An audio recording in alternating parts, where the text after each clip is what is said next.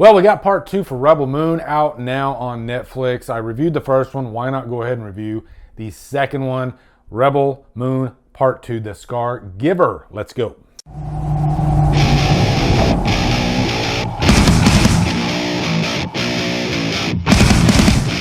Rebel Moon, the Scargiver stars Sofia Boutella, Ryan Shukis, Eric Barron, and is directed by Zack Snyder. What's up, guys? Welcome to a brand new 2024 review.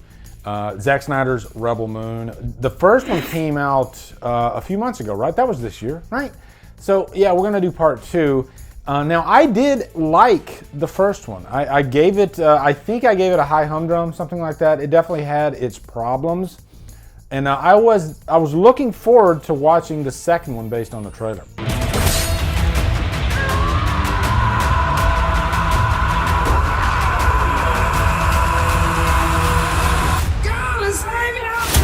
I just watched it today, and let me just say, this might be the worst Zack Snyder movie yet. And I'm a Zack Snyder fan, guys. So by it being the worst Zack Snyder movie, that doesn't mean it's a horrible movie, although it's close. And it's sad for me to say that because, again, I love Zack Snyder's movie. Zack Snyder's movies. What the fuck am I talking about? I mean, I love what he did with the DC. I like all of his DC movies that he did. The Justice League, Man of Steel, Batman v Superman. Huge fan. So I'm a fan of his directing style, and I think the style in this movie is there, and I enjoy it. You know, it's hard for me to not mention things that happened in the first movie. The first movie was more of let's get the team together, you know, throughout the whole movie, and then have one, you know, big fight at the end of the movie, one big battle. And I think it worked for what it was, although it was kind of bland in some parts. And I did talk about there is this director's cut that's supposed to come out. Really looking forward to that. I'm still going to give this and part 2 another chance after the director's cuts come out, because I think a big problem with this movie, and really the first movie, is it feels neutered.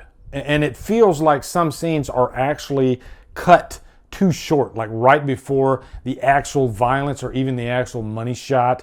I even think there's probably a sex scene that was taken out of this version, again, because of an abrupt cut. So I'm gonna reserve my overall judgment of the whole thing until the director's cuts come out. But I'm still gonna be fair and honest about this review for part 2. Now, going into the plot synopsis for part 2, we've already gotten the team together.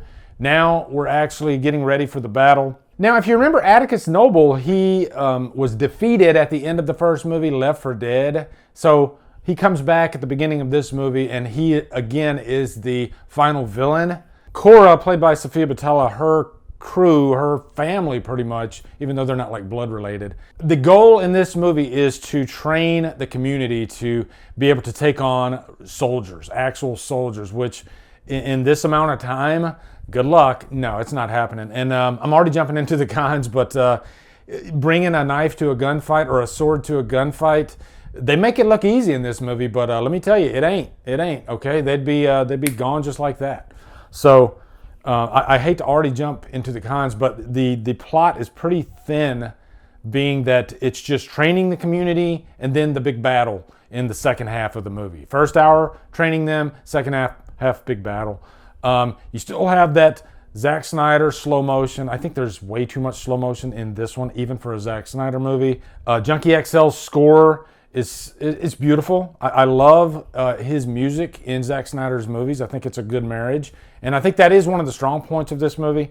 Sofia Boutella is definitely a strong point. I think she shines throughout most of it. She definitely has to do some dramatic scenes, get some tears out, I guess, so to speak. And that's saying something, because I think the chemistry between her and Gunnar, played by Michiel Huisman, hope I said his name right, it's just not there. And that's the overall problem with the plot of this movie. I think nothing is original or new. I mean, it's almost a blatant copy of Star Wars at some points with the saber swords, I guess you could call them, in this. I think a lot of the fight choreography is kind of stock. And I hate to beat this movie over the head, but I think just there's nothing really overly memorable about Part 2.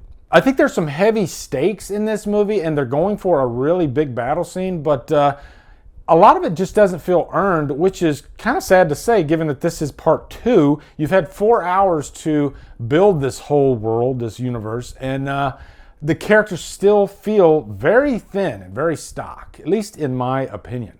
And when I'm watching any movie really, but especially like a sci-fi movie, I'm looking for a character to really latch onto that doesn't feel like they're, a blatant copy of it like another character. And I think most of the characters in this, they feel like they're trying to actually emulate other popular characters in big sci-fi or fantasy properties.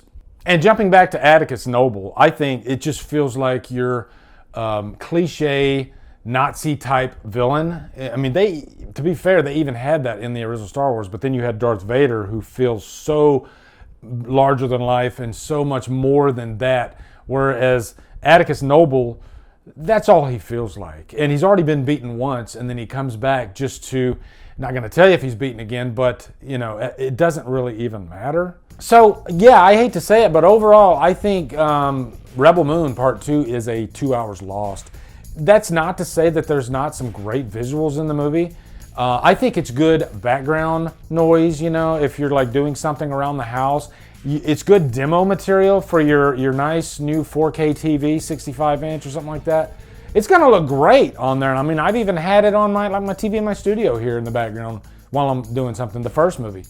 They're beautiful looking movies, but there's just really no substance, okay? So yeah, 2 hours lost for this one.